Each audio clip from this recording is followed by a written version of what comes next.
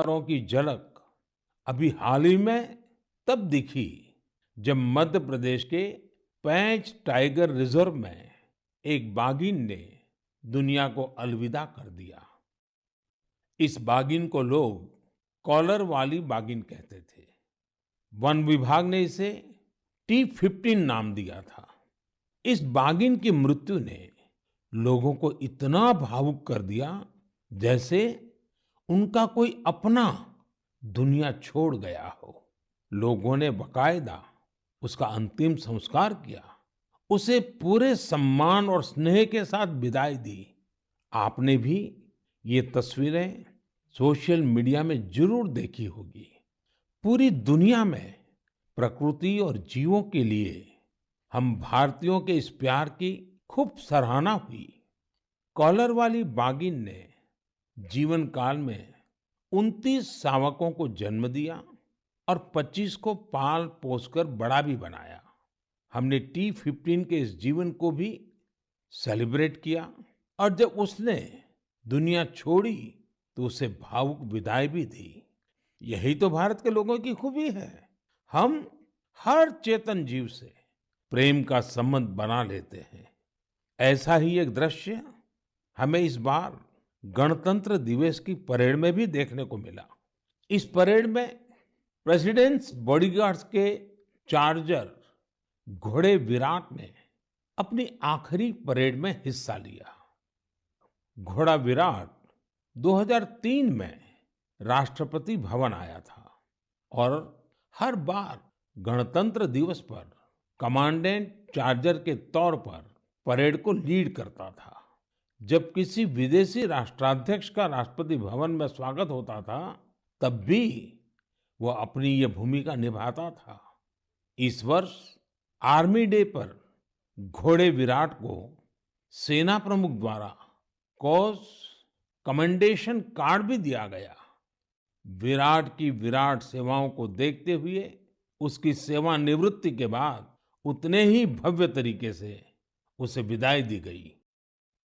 मेरे प्यारे देशवासियों, जब एकनिष्ठ प्रयास होता है, नेक नियत से काम होता है, तो उसके परिणाम भी मिलते हैं। इसका एक बेहतरीन उदाहरण सामने आया है असम से। असम का नाम लेते ही वहां के चाय बागान और बहुत सारे नेशनल पार्क का ख्याल आता है। साथ ही एक सींग वाले गैंडे यानी वन हॉर्न्ड राइनो की तस्वीर भी हमारे मन में उभरती है। आप सभी जानते हैं कि एक सींग वाला गैंडा हमेशा से असमिया संस्कृति का हिस्सा रहा है। भारत रत्न भूपेन हजारिका जी का ये गीत हर एक कान में गूंजता होगा।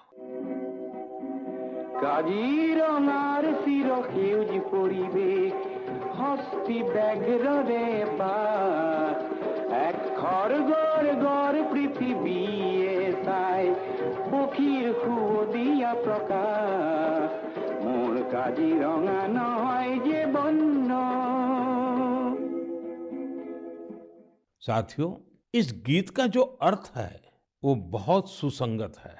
इस गीत में कहा गया है, काजीरंगा का हरा भरा परिवेश, हाथी और बाघ का निवास, एक सींग वाले गैंडे को पृथ्वी देखे, पक्षियों का मधुर कलरव सुने।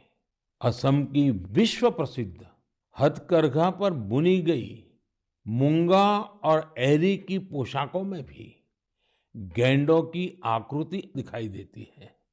असम की संस्कृति में जिस गैंडे की इतनी बड़ी महिमा है, उसे भी संकटों का सामना करना पड़ता था। वर्ष 2013 में 37 और 2014 में 32 गैंडों को तस्करों ने मार डाला था। इस चुनौती से निपटने के लिए पिछले 7 वर्षों में असम सरकार के विशेष प्रयासों से गैंडों के शिकार के खिलाफ एक बहुत बड़ा अभियान चलाया गया। पिछले 22 सितंबर को वर्ल्ड राइनो डे के मौके पर तस्करों से जब्त किए गए 2400 से ज्यादा सींगों को जला दिया गया था। यह तस्करों के लिए एक सख्त संदेश था। ऐसे ही प्रयासों का नतीजा है कि अब असम में गैंडों के शिकार में लगातार कमी आ रही है। जहां 2013 में 37 गैंडे मारे गए थे, वहीं 2020 में 2 और 2021 में सिर्फ एक गैंडे के शिकार का मामला सामने आया है। मैं गैंडों को बचाने के लिए असम के लोगों के संकल्प की सराहना करता हूं। साथियों, भारतीय संस्कृति के विविध रंगों और आध्यात्मिक शक्ति ने हमेशा से दुनिया भर के लोगों को अपनी ओर खींचा है। अगर मैं आपसे कहूं कि भारतीय संस्कृति अमेरिका, कनाडा, दुबई, सिंगापुर, पश्चिमी यूरोप और जापान में बहुत ही लोकप्रिय है, तो ये बात आपको बहुत सामान्य लगेगी, आपको कोई हैरानी नहीं होगी। लेकिन अगर ये कहूं कि भारतीय संस्कृति का लैटिन अमेरिका और साउथ अमेरिका में भी बड़ा आकर्षण है, तो आप एक बार जरूर सोच में पड़ जाएंगे। मेक्सिको में खादी को बढ़ावा देने की बात हो या फिर ब्राजील में भारतीय परंपराओं को लोकप्रिय बनाने का प्रयास, मन की बात में हम इन विषयों पर पहले चर्चा कर चुके हैं।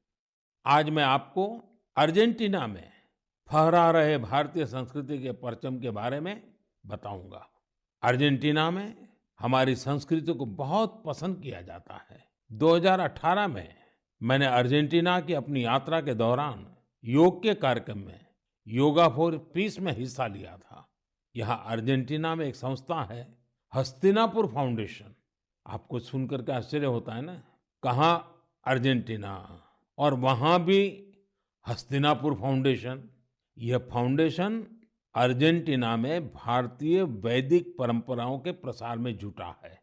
इसकी स्थापना 40 साल पहले एक मैडम प्रोफेसर एडा एल्ब्रेट ने की थी। आज प्रोफेसर एडा एल्ब्रेट 90 वर्ष की होने जा रही है।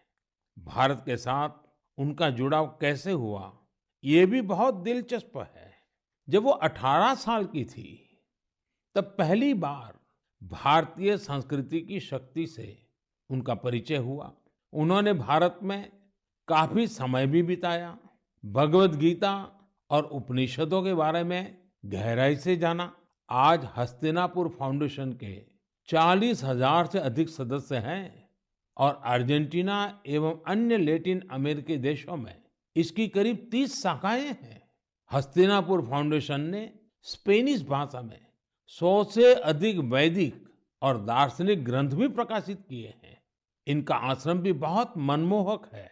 आश्रम में 12 मंदिरों का निर्माण कराया गया है, जिनमें अनेक देवी देवताओं की मूर्तियां हैं। इन सब के केंद्र में एक ऐसा मंदिर भी है जो अद्वैतवादी ध्यान के लिए बनाया गया है। साथियों, ऐसे ही सैकड़ों उदाहरण यह बताते हैं हमारी संस्कृति हमारे लिए ही नहीं बल्कि पूरी दुनिया के लिए एक अनमोल धरोहर है। दुनिया भर के लोग उसे जानना चाहते हैं, समझना चाहते हैं, जीना चाहते हैं। हमें भी पूरी जिम्मेदारी के साथ अपनी सांस्कृतिक विरासत को